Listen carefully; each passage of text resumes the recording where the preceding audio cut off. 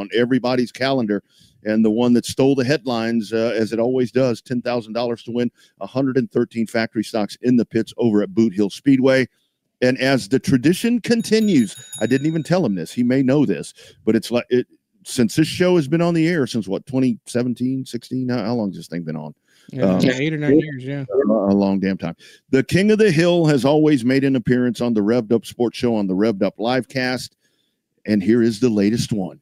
The new King of the Hill joins us checking in from Louisiana. It is our man, Mark Underwood. My man. How you doing? Has it wore off yet, my friend? No, it hadn't. I think it'll take a while for it to wear off. Absolutely. Absolutely. Go ahead, Bobby. Sorry. So, Mark, talk about that race, dude. Obviously, it's got $10,000 to win, but preparation-wise, I mean, is it just double-checking every nut and bolt? Is it just trying to just treat it like a normal race? I mean, you know, when you got 113 cars in the pits and you have to make that aim with, 24 cars, it's like you got to feel a sense of accomplishment at that point. But how much extra preparation do you do for a race of that magnitude? Yeah, we do pretty good maintenance on our program anyway, but over that period of last week, we did do extra and made sure everything was 100%. And then after we made the feature on Friday night, after locking in on the top 4, we did it again on Saturday. So we double checked everything a couple of times. Mark, how much of talking about locking yourself in? I mean, when you're able to do that on Friday, how much of a relief is that? For you, because that's the whole thing. I mean, for a lot of folks, for most folks, if you get in the show, that's a win, much less winning it like you just did. But once you lock in, that's got to be a little bit to where it's like, okay, we can kind of calm down for just a little bit. Yeah, it was huge. I was able to just focus on the feature. I got my game plan on the tires and everything that I wanted to, and double check everything like we had time to do. So it was huge. It took a lot of pressure off and a lot of stress off. So it was really big. Absolutely.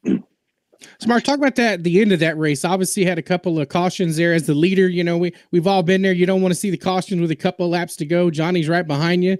When you get a chance to go single file, was that in your mind? Was like, okay, we're single file. He's not going to get right beside me.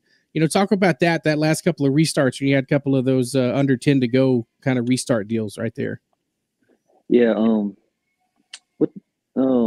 Yeah, it was big on the single file. And I had that big screen at the other end of the straightaway. I kept peeking at it a little bit. So I knew I had a couple of car links there on Torres, but early on in the race, he was beside me for a while, but I knew the track had kind of rubbered down a little bit.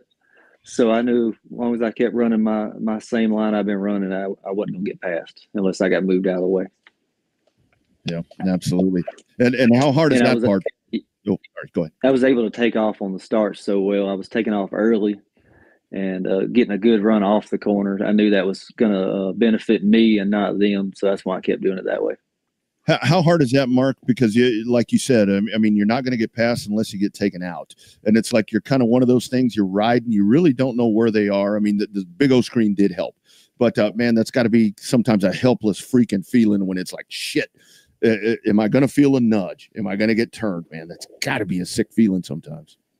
It is, but my thing when I get out front is I don't worry about what's behind me. So I try to, you don't want to overcharge the turn. Mm-hmm. And that's big in a factory stock. You can overcharge it and then you can't get off the corner and then they're going to pass you. But you don't want to back it down too much and then you'll get tight or whatever. But you want to stay calm and just not overdrive the car. Just keep doing what you're doing. More than likely they ain't going to get to you. I knew I was pretty quick, so I felt confident in just keep doing what I'm doing. Love it.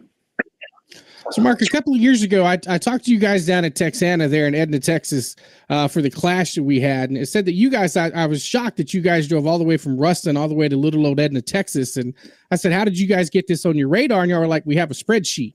And we marked down every race that's got to at least 4 zeros in it, or three to 4 zero digits in it to come and race. Do you guys still have that matrix? Are you guys still money chasing and big race chasing? How do you guys still determine your schedule? Is that still the same way you do it?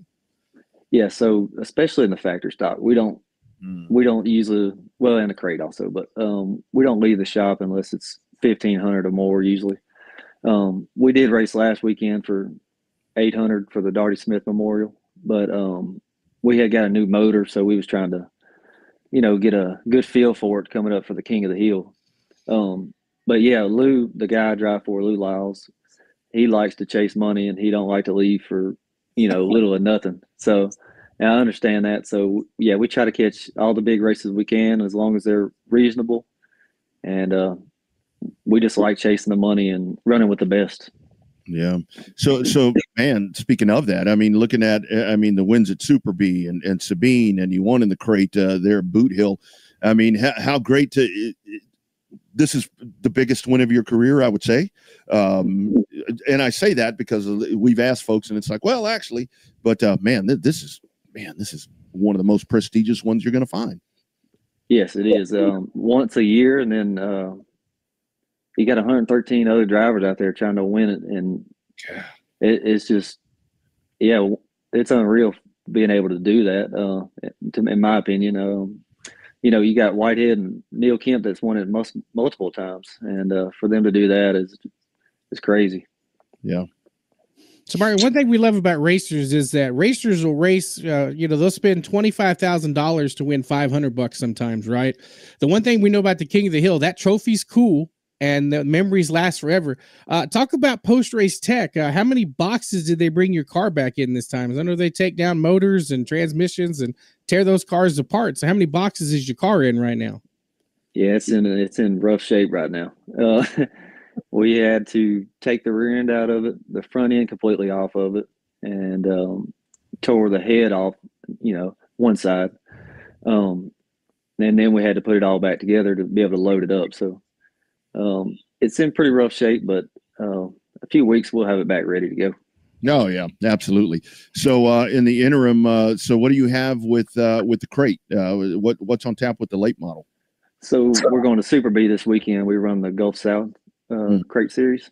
I'm leading the points in it right now. So they're at Chatham this weekend, and then I think Manny in a few weeks or so. That's our focus for now until we get another factory stock race going, a big one. Mm-hmm. So, Mark, talk about that racing up there in Louisiana by where you are. I think it's kind of an untapped market.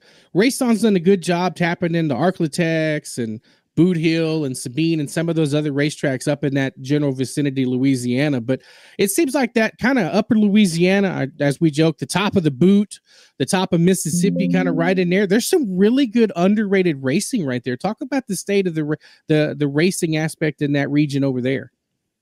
Yeah, so Boothill and Arklatex bring some of the best racers around, I believe, because you got people coming from Texas and a lot of good drivers in Louisiana that come to race there. Super B is kind of out of the way, but you got really good racers there too. So I think, and I say that as I think all the local tracks that they all have their good drivers. I just think Boothill's got the best drivers that come there, in my opinion. It really seems like it. I mean, it really does seem like it. So, Mark, with the factory stocks, I mean, your thoughts, because we've talked on this show a lot of times. I mean, things are ever changing here. I mean, there's tire stuff, and so forth.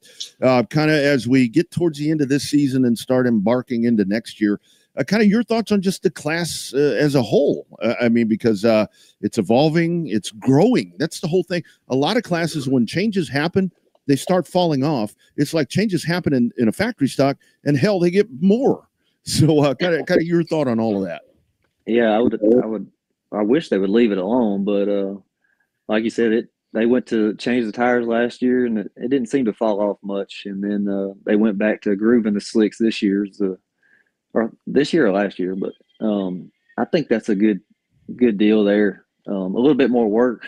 I hate having to groove those things from scratch, but I think it's a good deal that they got going. I wish they would change maybe some rocker arm rules or something to make it more durable instead of the stock stuff, but I like it. I like where it's at. Mm-hmm. Yeah, that's one thing about the factory stock. We try to explain that to the people in like Georgia and North Carolina and all that. They're like, "What's a factory stock?" I was like, "Well, it's factory in a name." And it's got a factory frame. But other than that, it has a factory looking body. But sometimes it gets hard to explain that factory stock to people that don't know. But like Rodney said, it's just crazy how much that class has grown over the last 5 or 6 years. I mean, when guys are spending mid $30,000 on race cars for that class, I mean, granted, you got the big money races, 10,000, 5,000, 15 here and there. As far as the class goes, is it reached that point of critical mass where it's not going to get any bigger, but it's not going to get any smaller, where everybody's basically content running with what they got? You mean far as advancing their, like going to just the class, just the class itself, right? Because everybody seemed to flock to it. You had guys that used to run big mods flocking to it, guys moving over from modifieds, late models, all that stuff coming to the big money shows and running factory stock just because that's where all the money was at. Is it too big now, or is it just about right still? Oh no, I think it's just about right. I think, and we got the 30,000 coming up next year. It may get even bigger. You may even get more guys coming into it. For that, for sure. That's for sure. Mark, kind of talk about the last couple of ones here, and we'll cut you loose. Talk about the 50 lap part. I mean, for a factory stock, I mean, that right there in and of itself, getting into the show is one thing, like we talked about. 113 of the best factory stock drivers in the country converging there at Boothill. You got to get in. You got to get through all the alphabet soup and B mains and all these different things. Then you get to the feature race, and shit. 50 laps. That a little bit different than a regular Saturday night show, even a big show, even a big money show. That's quite the difference right there. Yeah, the factory stock is one of the hottest cars I've ever driven in. They are really hot in there. But it didn't seem like it just took forever for me though. Like it was kind of normal to me. It wasn't that bad. It was just hot in there, but I was just staying relaxed, and I really didn't want it to end, to be honest with you. I was having fun. That's great, man. So how helpful was that screen? You mentioned you got a chance to look at it. They were mentioning it on the broadcast that a lot of guys were able to just kind of where it was at was kind of good going off into turn one. You kind of glance up the top of the hill, and turn two and be able to judge and see how close everybody is. Was it that beneficial, or are you too busy to look at it? Or, talk about that big old screen over there. Yeah, most of the time I was too busy, but I did glance at it a couple times and almost missed the corner there. Just that split second just throws you off a little bit, So I tried not to look at it much, but I did glance at it a couple times, and I had my crew over there kind of telling me, that I had a little bit of a gap also. So I didn't really look at it a whole lot, but I did glance at it a couple times. I didn't want it to mess me up too bad. Yeah, no doubt about it. I got to ask you, man. So we're down in South Texas is where we are. And I mean, thoughts on Johnny Torres? I mean, you mentioned him. I mean, that dude, a lot of times you don't get guys from way down here, and he's further down than we are. Dude had a hell of a week, didn't he? It's pretty good to see him, your runner up right there. Yeah, I think he usually kind of struggles up here, but I'm glad he did well. And I know he wins a lot over there in Texas. I don't know how many wins he's got this year, but I'm always seeing pictures of him on Facebook where he's winning, and he's a great racer and a damn good promoter. He promotes himself. Yeah. Really well. Yes, he does. Absolutely. So the 10,000, what happens to it? Right back at to put that thing together, I can only assume. Yeah, it goes to the car owner. Yep. I race for him, and I'd rather just keep racing and us keep making our program better. That's what I want to happen, and that's what he wants too. So we'll put it back to whatever we need and keep on going. All right, absolutely. Congratulations, man. You are the 10th, and you are on a great list with some guys that you read off right there. Congratulations, sir. You are the king of the hill, and thank you for joining us, my friend. Yes, thank y'all for having me. All right, man. Take care. Thank you. You bet. There he goes, Mark Underwood Jr. Mark Underwood. Damn, looking good on that list. That's good. I did go back and rewatch it on Sunday. Damn good race up there, man. Yeah, really good race. We were watching it in the pits because we had it on.